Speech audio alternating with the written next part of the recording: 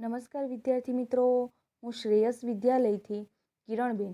આજે આપણે ધોરણ 11 કોમર્સ વિષય નામાના મૂળ તત્વ ભાગ 1 વિષયાંક પ્રકરણ 10 કાચું સરવૈયું ભાગ 1, જેમાં વિદ્યાર્થી મિત્રો આપણે કાચા સરવૈયા વિશે વિસ્તૃત અભ્યાસ કરીશું. પ્રકરણ 10 કાચું સરવૈયું. તો વિદ્યાર્થી મિત્રો, કાચું સરવૈયું શા માટે તૈયાર કરવામાં આવે છે? તો કે કાચું સરવૈયું તૈયાર કરવાનો આપણો ઉદ્દેશ્ય એ છે કે જે હિસાબો આપણે તૈયાર કર્યા છે તે સાચા અને વાજબી છે, ગાણિતિક દ્રષ્ટિએ સાચા છે કે કેમ, તેની ચકાસણી કરવા માટે આપણે કાચું સરવૈયું તૈયાર કરતા હોઈએ છીએ. કાચું સરવૈયું એ કોઈ ખાતું નથી, પરંતુ કાચું સરવૈયું એ શું છે? પત્રક છે. તો કે જે ખાતાવહીમાં દર્શાવેલી ઉધાર બાકી અને જમા બાકી ગણિતની દ્રષ્ટિએ સાચી છે કે કેમ, તો તે દર્શાવવા માટે આપણે કાચું સરવૈયું તૈયાર કરીએ છીએ. હવે આ જે કાચું સરવૈયું તૈયાર કર્યા બાદ ઉધાર બાકી અને જમા બાકીનો સરવાળો કેવો સરખો હોવો જોઈએ. જો સરવાળો સરખો ન હોય તો હિસાબોમાં ભૂલ રહી ગયેલી છે એમ સાબિત થાય છે, અથવા તો જે હિસાબો છે તે ચોક્કસ નિયમોના આધારે નોંધાયા નથી એવું સાબિત થાય છે. તો આ રીતે આપણે જે પણ હિસાબો લખ્યા છે તે ચોક્કસ નિયમો, ચોક્કસ સિદ્ધાંતોના આધારે લખ્યા છે, તેની સાબિતી એટલે કે કાચું સરવૈયું. તો આ રીતે કાચું સરવૈયું ગાણિતિક દ્રષ્ટિએ સાચું છે કે કેમ તેની ચકાસણી આ પ્રકારે થાય છે. તો કે કાચું સરવૈયું મુખ્યત્વે બે પ્રકારે તૈયાર થતું હોય છે: ઉધાર જમા બાજુના સરવાળાની રીત અને પત્રક તૈયાર કરવાની રીત. તો આ રીતે કાચું સરવૈયું એ ગાણિતિક રીતે હિસાબો સાચા છે કે કેમ તેની ચકાસણી કરવા માટે તૈયાર કરવામાં આવે છે. ત્યારબાદ તેની ઉધાર અને જમા બાજુના રકમનો જે સરવાળો છે તે સરખો થવો જોઈએ. અને આ રીતે કાચું સરવૈયું માટે જે ખાતા વહીમાં આપણે ખાતાઓ તૈયાર કર્યા હોય છે તેની બાકી શોધવામાં આવે છે અને ત્યાર પછી કાચું સરવૈયું તૈયાર કરવામાં આવે છે. એ ઉપરાંત કાચું સરવૈયું શા માટે તૈયાર કરવામાં આવે છે? તો કે આપણે જે વાર્ષિક હિસાબો તૈયાર કરવાના હોય છે, વાર્ષિક હિસાબો કાચા સરવૈયા પરથી જ તૈયાર થતા હોય છે. એટલા માટે હિસાબોમાં કોઈ ભૂલ રહી ગયેલી તો નથી ને, તો એ માટે આપણે કાચું સરવૈયું બનાવતા હોઈએ છીએ. અને આથી જ કહેવાય છે કે કાચું સરવૈયું એ ખાતા વહી અને વાર્ષિક હિસાબો વચ્ચે કડીરૂપ યાદી છે કે કડીરૂપ પત્રક છે. તેમ કોઈ એક જ દિવસના ખાતાના સરવાળા કે ખાતાની બાકીઓની સ્થિતિ કાચું સરવૈયું દર્શાવે છે. તો આ રીતે જે ખાતાના આપણે નિયમો જોઈ ગયેલા, વ્યક્તિ ખાતાના નિયમ, માલ મિલકત ખાતાના નિયમ, ઉપજ ખર્ચ ખાતાના નિયમ, તો એ ખાતાના જે નિયમો છે તેના આધારે ખાતાની બાકીઓ શોધવામાં આવે છે. તેના આધારે જ વ્યવહારોની નોંધ થતી હોય છે અને તેની સાબિતી એટલે કે કાચું સરવૈયું. તો કે કાચા સરવૈયાના કેટલાક લક્ષણો છે.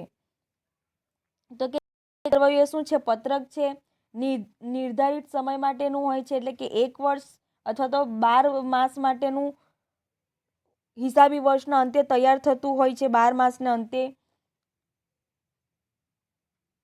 કાચા સરવૈયા દ્વારા આપણે ગાણિતિક ચોકસાઈ ચકાસી શકીએ છીએ કે હિસાબો સાચા છે કે કેમ, એટલે કે ઉધાર બાજુ અને જમા બાજુનો સરવાળો કેવો સરખો થવો જોઈએ. જો સરખો ન હોય તો કે ગાણિતિક દ્રષ્ટિએ હિસાબો સાચા નથી એવું સાબિત થતું હોય છે. ત્યારબાદ દ્વિનોંધી નામા પદ્ધતિ.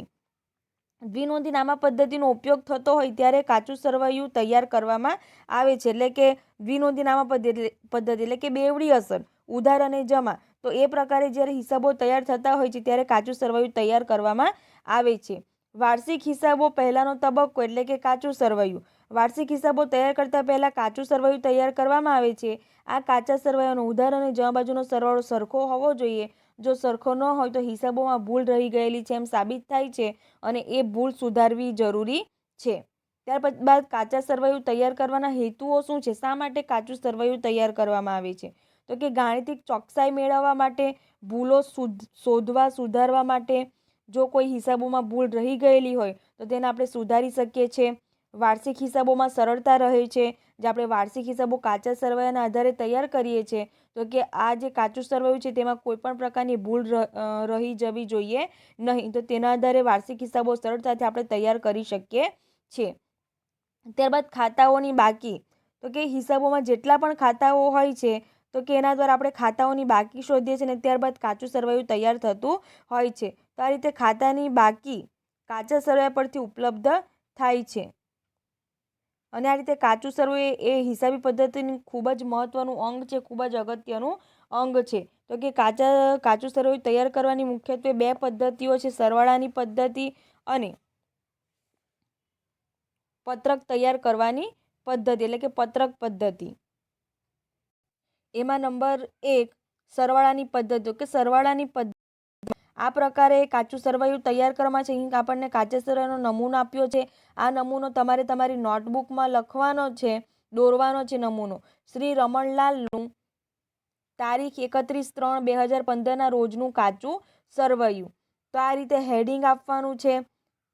ત્યારબાદ ખાતાનું નામ, ખાતા વહી પાના નંબર એટલે કે ખાપા ઉધાર બાજુનો સરવાળો, રૂપિયા ખાતાની જમા બાજુનો સરવાળો એટલે કે ખાતાની ઉધાર બાજુનો સરવાળો અને ખાતાની જમા બાજુનો સરવાળો. જેમ કે કોઈ પણ મિલકત યંત્રની ઉધાર બાકી આપી હોય તો અહીંયા યંત્ર લખીશું અને તેની ઉધાર બાકી હોય તો આપણે અહીં લખીશું. અને એ જ રીતે કોઈ દેવું હોય તો તે દેવાની જમા બાકી હોય છે, તો જે જમા બાકી હોય તો તે આપણે જમા બાજુના સરવાળામાં લખીશું. તો આ રીતે આપણે દરેક જે ખાતું આપ્યું હોય તેની કઈ બાકી છે તે ધ્યાનમાં લઈને તેની નોંધ કરતા જઈશું. અને આ રીતે ઉધાર બાજુ અને જમા બાજુ બંનેનો સરવાળો કેવો સરખો આવવો જોઈએ. બરાબર, અહીં સરવાળો સરખો આવે એટલે આપણું કાચું સરવૈયું સાચું છે, હિસાબોમાં કોઈ ભૂલ રહેલી નથી એમ સાબિત થાય છે.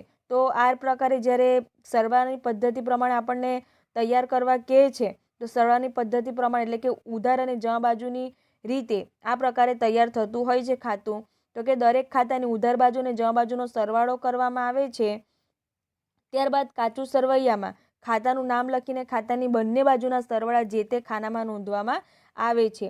કાચા સરવૈયાની ઉધાર બાજુ અને જમા બાજુના સરવાળા સરખા થાય છે અને વ્યવહારમાં આ પદ્ધતિનો ઉપયોગ સામાન્ય રીતે થતો નથી. તો આ રીતે ખાતા વહીમાં જે આપણે ખાતા તૈયાર કર્યા હોય છે તેના આધારે ખાતાની બાકી શોધવામાં આવે છે અને એ ખાતાની બાકીના આધારે અહીં કાચા સરવૈયામાં તેની નોંધ કરવામાં આવે છે. તો આ હતી સરવાળાની પદ્ધતિ.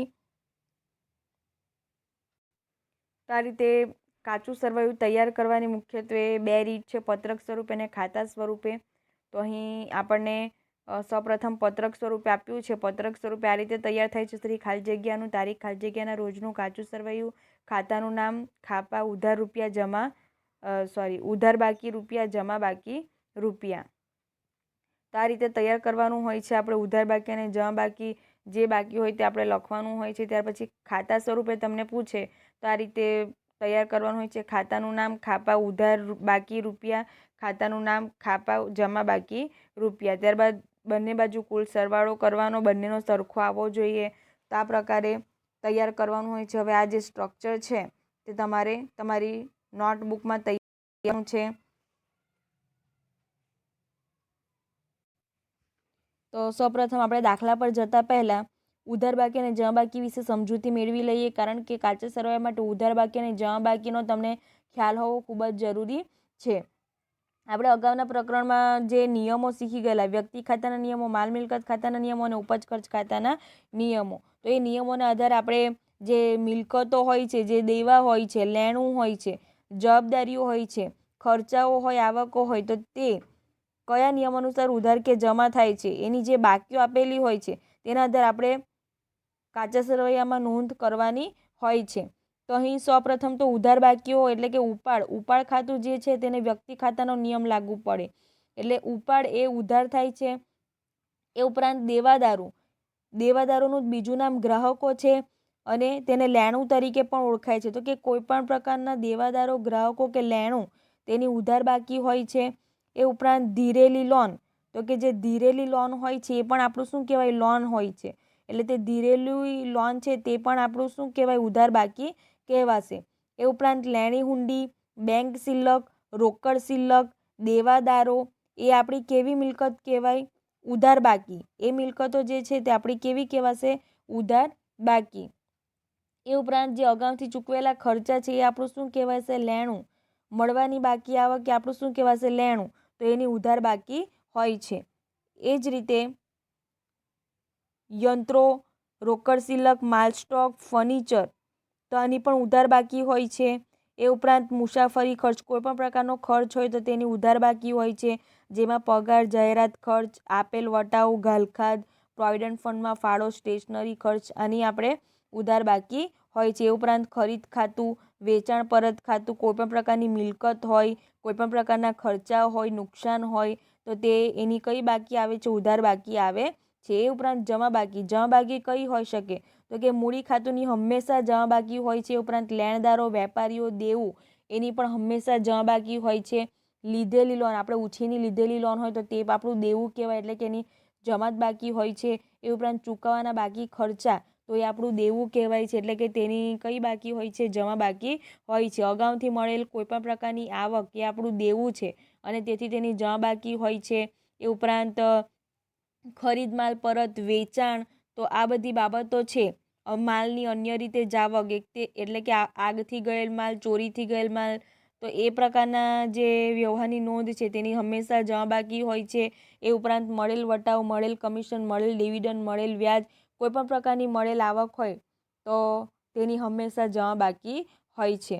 તો આ રીતે કાચા સરવૈયામાં જે તે મિલકતની કઈ બાકી છે તેની જાણકારી હોવી ખૂબ જ જરૂરી છે. સ્વાધ્યાયમાં દાખલા નંબર 4, નીચે આપેલ વિગતોના આધારે પ્રવીણ પટેલનું તારીખ 31/3/2016ના રોજનું કાચું સરવૈયું તૈયાર કરો. આપણને અહીં કાચું સરવૈયું તૈયાર કરવા માટે કીધું છે. ખાતાનું નામ અને રકમ રૂપિયા આપ્યા છે. ખાતાનું નામ, રકમ રૂપિયા આપ્યા છે. તો આપણે સૌપ્રથમ તો અહીંયા આપણને કીધું નથી કે પત્રક સ્વરૂપે તૈયાર કરવાનું છે કે બાકી સ્વરૂપે. તો આપણને જે પણ અનુકૂળ આવે તે સ્વરૂપે આપણે તૈયાર કરી શકીએ છીએ. અહીં આપણે પત્રક સ્વરૂપે તૈયાર કરીશું તો આપણે હેડિંગ આપીશું પ્રવીણ પટેલનું, શ્રી પ્રવીણ પટેલનું તારીખ 31/3/2016ના રોજનું કાચું સરવૈયું. આ રીતે હેડિંગ આપ્યા બાદ આપણે સ્ટ્રક્ચર તૈયાર કરીશું. સૌપ્રથમ તો ખાતાનું નામ, ત્યારબાદ ખાપા, ત્યારબાદ ઉધાર બાકી રૂપિયા, ત્યારબાદ જમા બાકી રૂપિયા. તો આ રીતે ખાના તૈયાર કરીશું. પત્રક સ્વરૂપે આ રીતે ખાના તૈયાર કરવાના છે. ત્યારબાદ 1 by 1 વ્યવહારોની આપણે નોંધ કરતા જઈશું. તો સૌપ્રથમ તો શરૂનો સ્ટોક 7,440 રૂપિયા, તો એની ઉધાર બાકી છે. તો આપણે ખાતાના નામમાં શરૂઆતનો સ્ટોક લખીશું અને ઉધાર બાકીમાં રકમ લખશું 7,440. એ જ રીતે મજૂરી એ ખર્ચ છે, તો કે ખર્ચની હંમેશા શું આવે? ઉધાર બાકી. તો ખાતાનું નામમાં લખીશું મજૂરી અને ઉધાર બાકીમાં લખીશું 4,000. ત્યારબાદ વેચાણની હંમેશા કઈ બાકી હોય છે? જમા બાકી. તો જમામાં લખીશું 48,000. સમારકામ એટલે કે એ પણ ખર્ચ એક પ્રકારનો, એટલે તેની કઈ બાકી કહેવાશે? ઉધાર. ત્યારબાદ વેરો એ પણ ખર્ચ કહેવાય, તો તેની કઈ બાકી આવશે? ઉધાર. જમીન મકાન એટલે કે મિલકત છે, તો મિલકતની હંમેશા ઉધાર બાકી હોય છે. ત્યારબાદ પ્લાન્ટ મશીનરી, તો કે પ્લાન્ટ મશીનરીની પણ હંમેશા ઉધાર બાકી હોય છે. ત્યારબાદ વીજળી ખર્ચ 920, તો વીજળી ખર્ચ કોઈપણ પ્રકારનો ખર્ચ હોય તો તે ઉધાર બાકી આવે. મૂડીની હંમેશા જમા બાકી હોય છે. ઓફિસ પગાર એ ધંધાનો ખર્ચ છે, તેથી ઉધાર બાકી આવશે. પેટન્ટ એ ધંધાની અદ્રશ્ય મિલકત છે, અદ્રશ્ય મિલકત હોવાથી એની ઉધાર બાકી આવશે. ત્યારબાદ બેંક શિલ્લક 1800 છે અને બેંક શિલ્લકની પણ હંમેશા ઉધાર બાકી હોય છે, એટલે કે આ તમામ રકમ ઉધાર બાકીમાં લખીશું. ત્યારબાદ બેંક લોન, હવે જે બેંક લોન છે તેની કઈ બાકી આવે? જમા બાકી. બેંક તરફથી જે લોન આપે એ આપણું દેવું કહેવાય, એટલે 1,760 એ બેંક લોન છે તે આપણું શું કહેવાય? દેવું, એટલે તેની દેવાની હંમેશા જમા બાકી હોય છે. તો જમામાં લખીશું તો 1,760. ત્યારબાદ આવક માલ ગાળા ભાડું, તો કે આવક માલ ગાળા ભાડું એ ધંધાનો ખર્ચ હોવાથી તેની ઉધાર બાકી આવશે. ખરીદીની પણ હંમેશા ઉધાર બાકી આવે. જાવક માલ ગાળા ભાડું કેટલું છે? જાવક માલ ગાળા ભાડું 600, તો એની પણ ઉધાર બાકી આવશે. ત્યારબાદ દેવાદારોની પણ ઉધાર બાકી આવશે, એટલે કે ઉધાર બાકીમાં લખાશે. રોકડ શિલ્લક, તો એની પણ ઉધાર બાકી આવે. છૂટા ઓજારો એ ધંધાની મિલકત છે, એટલે ઉધાર બાકી આવશે 720. લેણદારો 3200, લેણદારોની હંમેશા જમા બાકી આવે છે, એટલે કે જમા થશે 3200. ત્યારબાદ પરચુરણ આવકો, કોઈ પણ પ્રકારની આવક હોય, ઉપજ હોય તો તે હંમેશા જમા થાય છે, એટલે કે જમા થશે. ઓફિસ ફર્નિચર, ઓફિસ ફર્નિચરની ઉધાર બાકી, કારણ કે તે મિલકત છે. પાઘડી, પાઘડી એ ધંધાની અદ્રશ્ય મિલકત હોવાથી તે પણ ઉધાર થશે. તો આ રીતે તમામે તમામ ખાતાની એન્ટ્રી થઈ ગયા બાદ સરવાળો કરીશું. બંને બાજુનો સરવાળો કરતાં તમારો આવશે 69,200. તો આ રીતે 69,200 બંને બાજુ આવવો જોઈએ. જો નહીં આવેલો હોય તો સૌથી પહેલાં તો રકમ ચેક કરવાની. રકમ ચેક કરતાં પણ જો સરવાળો સરખો ના આવતો હોય તો ફરીથી જોઈ લેવાનું, કોઈક બાકી લખવાની રહી તો નથી ગઈ ને, બરાબર. એ ચેક કરે છતાં પણ ન આવે તો હિસાબોમાં ભૂલ રહી ગયેલી છે એમ સાબિત થાય છે. તો આ પ્રકારે આપણે દાખલા નંબર 4 હેડિંગ આપીશું અને આ રીતે દરેક ખાતાની આપણે એન્ટ્રી કરીશું. તો આ પ્રકારે એન્ટ્રી કરતાં તમારી છેલ્લે કુલ સરવાળો આવશે 69,200, 69,200. તો આ દાખલો તમારે તમારી નોટબુકમાં કરવાનો છે. એ પહેલાં જે આપણે અગાઉ નમૂના વિશે ચર્ચા કરી ગયા, બરાબર, પત્રક સ્વરૂપે અને બાકી સ્વરૂપે, તો એ તમારે તમારી નોટબુકમાં લખવાનું છે. સ્વાધ્યાયમાં દાખલા નંબર 5, નીચે આપેલ ખાતાની બાકીઓ પરથી શ્રી બ્રિજમોહનનું તારીખ 31/3/2016ના રોજનું કાચું સરવૈયું તૈયાર કરો. તો વિદ્યાર્થી મિત્રો, આપણને કાચું સરવૈયું તૈયાર કીધું છે, કરવા કીધું છે, કાચું સરવૈયું બનાવ કીધું છે. ક્યારનું કાચું સરવૈયું? તો 31/3/2016ના રોજનું. હવે અહીં આપણને કોઈ સૂચના આપી નથી કે આપણે પત્રક સ્વરૂપે તૈયાર કરવાનું છે કે બાકી સ્વરૂપે. તો આપણે જે સ્વરૂપે તૈયાર કરવું હોય તે સ્વરૂપે આપણે તૈયાર કરી શકીએ. અગાઉનો દાખલો જે આપણે ચર્ચા કરી ગયા તે પત્રક સ્વરૂપે તૈયાર કર્યો હતો. તો હવે આપણે બાકી સ્વરૂપે તૈયાર કરીશું. બાકી સ્વરૂપે એમાં કહીને ઉપર હેડિંગ આપીશું આપણે શ્રી બ્રિજમોહનનું તારીખ 31/3/2016ના રોજનું કાચું સરવૈયું. ના રોજનું કાચું સરવૈયું, કારણ કે પત્રક છે. ત્યારબાદ આપણે ઉધાર બાકી આ જ સ્વરૂપે તૈયાર કરીશું. સૌપ્રથમ તો ઉધાર બાકી, ત્યારબાદ ખાપાનું ખાનું બનાવીશું, ત્યારબાદ રકમ રૂપિયા, ત્યારબાદ જમા બાકી, ખાપા, રકમ રૂપિયા. તો આ રીતે આપણે બાકી સ્વરૂપે તૈયાર કરીશું. ઉધાર બાકી, ખાપા, રકમ રૂપિયા, જમા બાકી, ખાપા, રકમ રૂપિયા. તો આ પ્રકારે આપણે સ્ટ્રક્ચર તૈયાર કર્યા બાદ 10-15 લીટીનું આપણે સ્ટ્રક્ચર તૈયાર કરવું પડશે. ત્યારબાદ 1 બાય 1 જે ખાતાની બાકી છે તેની આપણે નોંધ કરતા જઈશું. જે પ્રમાણે અહીં ખાતાની બાકી આપણને આપી છે તેની આપણે નોંધ કરતા જઈશું. તો શરૂઆતથી જ આપણે લઈ લઈશું. આ પ્રકારના દાખલા જ્યારે હોય ત્યારે શરૂઆતથી જ લઈ લેવાનું. વચ્ચે વચ્ચે જે બાકી હોય તે લેવાનું નહીં. ફર્સ્ટથી જ આપણે સ્ટાર્ટ કરીશું. શરૂનો સ્ટોક આપ્યો છે કેટલો? 7,800. શરૂના સ્ટોકની કઈ બાકી હોય છે? ઉધાર બાકી. તો તે ઉધાર બાકીમાં લખીશું. ઉધાર બાકીમાં શરૂઆતનો સ્ટોક. ત્યારબાદ ગીરો મુક્ત મિલકતો, કોઈ પણ પ્રકારની મિલકત હોય એની કઈ બાકી આવે? ઉધાર. 15,000 એ ઉધાર બાકીમાં લખશું. પરચુરણ દેવાદારો એ પણ ઉધાર બાકીમાં લખીશું. 6,000. કારખાના ખર્ચ, કોઈ પણ પ્રકારનો ખર્ચ હોય તેની કઈ બાકી આવે? ઉધાર બાકી. તો તે પણ ઉધાર બાકીમાં લખીશું. ત્યારબાદ કાચા માલની ખરીદી, કોઈ પણ પ્રકારની ખરીદી હોય તેની કઈ બાકી આવે? ઉધાર. તો તે પણ આપણે ઉધાર બાકીમાં લખીશું. કારખાના ભાડું, કોઈ પણ પ્રકારનું ભાડું હોય તો તેની કઈ બાકી હોય છે? ઉધાર બાકી. વટાવ આપ્યો, વટાવ આપ્યો એટલે આપણા માટે શું કહેવાય? ખર્ચ. 400. તો તેની પણ ઉધાર બાકી. ત્યારબાદ પરચુરણ લેણદારો, પરચુરણ લેણદારો 2,000. કોઈ પણ પ્રકારના લેણદારો હોય હંમેશા તેની કઈ બાકી આવે? જમા બાકી. તો જમા બાકીમાં લખીશું પરચુરણ લેણદારો 2,000. ગલખાદ અનામત, કોઈ પણ પ્રકારની અનામત હોય તો તે અનામતની હંમેશા જમા બાકી આવે છે. ત્યારબાદ કમિશન ચૂકવ્યું, કમિશન ચૂકવ્યું એટલે કે ધંધાનો શું કહેવાય? ખર્ચ કહેવાય. એટલે કમિશનની કઈ બાકી આવશે? ઉધાર બાકી. કમિશન ચૂકવ્યું 500. ત્યારબાદ ઓફિસ ખર્ચા 750. ઓફિસ ખર્ચા 750 તેની કઈ બાકી આવે? ઉધાર. મુસાફરી ખર્ચા કઈ બાકી આવશે? ઉધાર. બેંક શિલ્લક, બેંક શિલ્લક હોવાથી એની કઈ બાકી આવશે? ઉધાર. 420. લીધેલ લોન, હવે લીધેલી લોન છે 3,000 તો એની કઈ બાકી આવશે? લીધેલી લોન આપણું શું કહેવાય? દેવું. અને દેવાની હંમેશા કઈ બાકી આવે? જમા. તો આ રીતે આપણે તેની નોંધ કરીશું. ત્યારબાદ ચોખ્ખું વેચાણ, કોઈ પણ પ્રકારનું વેચાણ હોય તેની કઈ બાકી આવે? જમા. વેચાણ હંમેશા જમા જ થતું હોય છે એટલે કે તેની જમા બાકી આવશે.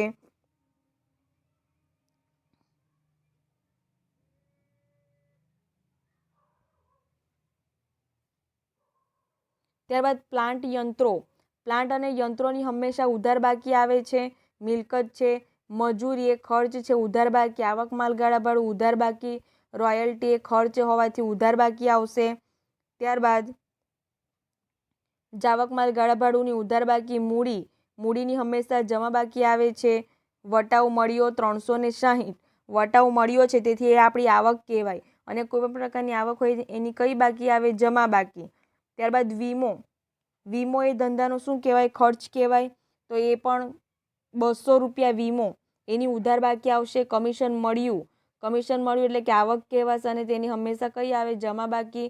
ત્યારબાદ ગાલખાદ એ ખર્ચ નુકસાન હોવાથી ઉધાર થશે. પગાર ખર્ચ હોવાથી ઉધાર થશે. કાનૂની ખર્ચા ઉધાર થશે. રોકડ શિલ્લક એ ધંધાની ચાલુ મિલકત છે તેથી ઉધાર થશે. ઓફિસ ભાડું એ ધંધાનો ખર્ચ હોવાથી ઉધાર થશે. તો આ રીતે તમામ એન્ટ્રી થઈ ગયા બાદ સરવાળો કરવાનો. બંને બાજુનો સરવાળો સરખો આવવો જોઈએ. સરવાળો કરતાં તમારો સરવાળો આવશે 48,010. બંને બાજુનો સરવાળો સરખો થવો જોઈએ 48,010. તો આ રીતે બંને બાજુનો સરવાળો સરખો થવો જોઈએ. તો આ પ્રકારે તમારે શ્રી બ્રિજ મોહનનું 31/3/2016ના રોજનું કાચું સરવૈયું તૈયાર કરવાનું છે. તો આ પ્રકારે એન્ટ્રી આપતા તમારું કુલ સરવાળો થશે 48,010 રૂપિયા. તો આ તમારે તમારી નોટબુકમાં દાખલો કરવાનો છે. એ ઉપરાંત ઉદાહરણના પણ દાખલાઓ છે એ પણ તમારે તમારી નોટબુકમાં કરવાના છે. COVID-19ને પરિણામે કેટલોક અભ્યાસક્રમ તમારો રદ થયો છે, જેમાંથી આ પ્રકરણમાંથી દાખલા નંબર 6 જે સુધારેલું કાચું સરવૈયું છે તે તમારા અભ્યાસક્રમમાંથી રદ કરવામાં આવ્યું છે. એટલે તે પરીક્ષાની દ્રષ્ટિએ ઇમ્પોર્ટન્ટ દાખલાઓ નથી. તેમાં દાખલા નંબર 6 અને 7 એ તમારે નથી કરવાના. તો અહીં પ્રકરણ આપણું પૂર્ણ થાય છે. થેન્ક યુ વિદ્યાર્થી મિત્રો.